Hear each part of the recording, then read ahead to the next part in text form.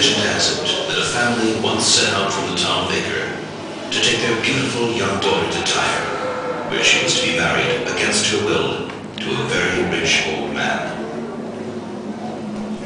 Halfway there, when the retinue reached the Rosh Ha Nikra cliff, the bride suddenly jumped off her horse, dived into the abyss, and disappeared below the waves. That bride has never been seen again. But if you visit the cliff top and listen carefully, you can hear her sighs accompanying the sound of crashing waves.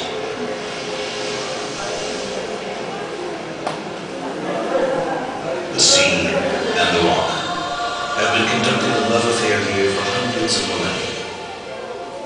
Sometimes it is quiet, slow, and caressing. The sea laps at the rock, dashes against its face, leaving its mark and changing it step by step.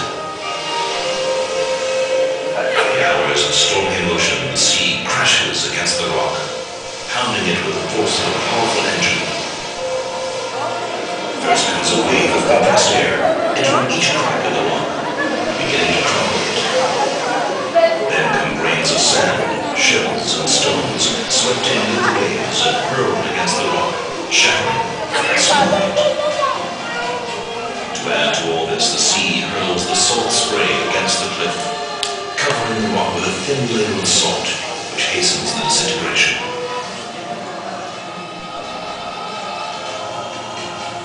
And the rock abandons itself, slowly it changes, and the changes accumulate, increase over the centuries and millennia.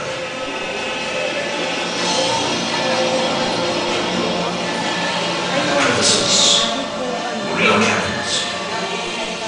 How were they created? A chain of subterranean shocks created cracks in the rock.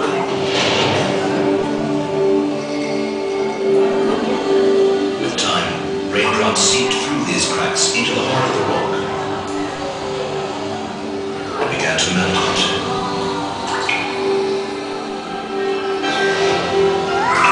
Expand it, melt, and expand until they created little tunnels and caves.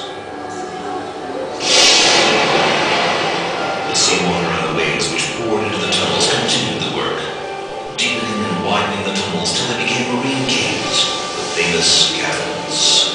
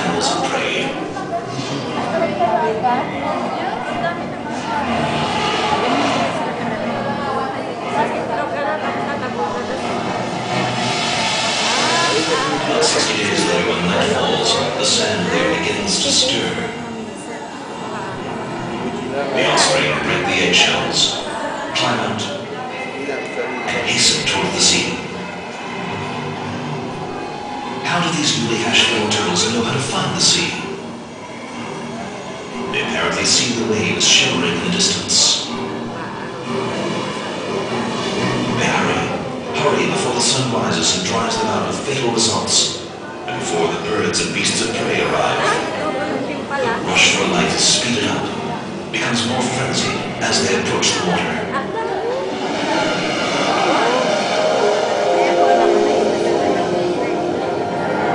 And the grown turtles will never forget the shore they came from.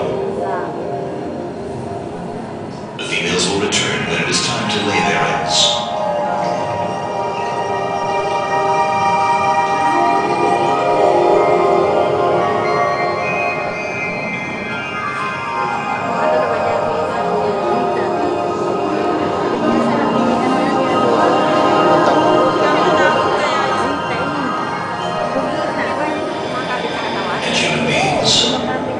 Rosh Ha Nikra, or as it was once called, the Ladder of Tyre, into a crossing point.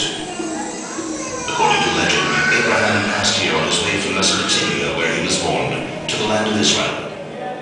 From here he observed people weeding at the time of weeding, hoeing at the time of hoeing, and said, "May my lot be cast in with this land." And God said to him, "To thy seed will I give this land." All kinds of merchandise passed along here by land and by sea, including the cedar wood which the kings of Tyre sent for the building of the first temple of Solomon, and for the second temple in the days of Ezra and Nehemiah. And man brought the sounds of war here. The armies of Egypt, Persia, and Greece, Romans, Crusaders, Arabs, Turks, the French, and the British. Unlike the animals, man did not come seeking harmony with nature. And in late 1941, the sounds of explosions were heard here, followed by the hammering of heavy equipment and machinery. The British, who ruled the country then, had decided no more climbing to the top of the cliff. It's time to go through it. And they were excavating and drilling. More than 10,000 workers, Australians, New Zealanders, South Africans, and local laborers were spread out between Acre, Beirut, and Tripoli. It was a tremendous effort aimed at creating a rail link from Egypt through Palestine and Lebanon to Turkey, and then on to Europe, so that the British Army could move troops and weapons in the struggle against the Nazis. The line was completed within a year. 15 bridges were built. Supporting walls were constructed to hold back the sea, and tunnels were dug. Two of them, 190 meters long, were dug in the Rosh Ha Nikra rock, and a bridge which stretched over the opening of the largest cavern. The trains, mostly freight trains, were pulled by large steam engines and carried military and other supplies to the British troops. In mid-1944, when Europe was in flames and the Holocaust at its height, a train passed through here carrying 300 survivors of the death camps.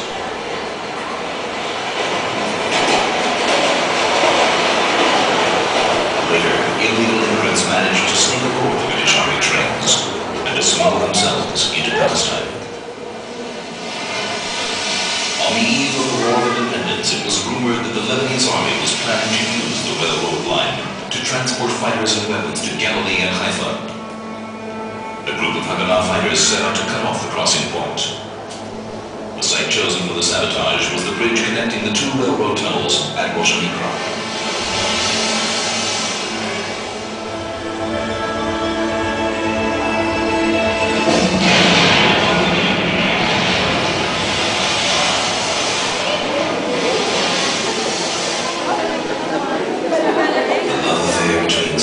Goes on here at Rosh Ha Nikra, veering from calm to storm, continuing to change the face of the landscape for hundreds and thousands of years. Animals still dwell here on this site, which has been declared a nature reserve, and the turtles still return to the shore from afar. And perhaps in the near future, rarer creatures will return, such as the monk seals, which lived here in the caverns.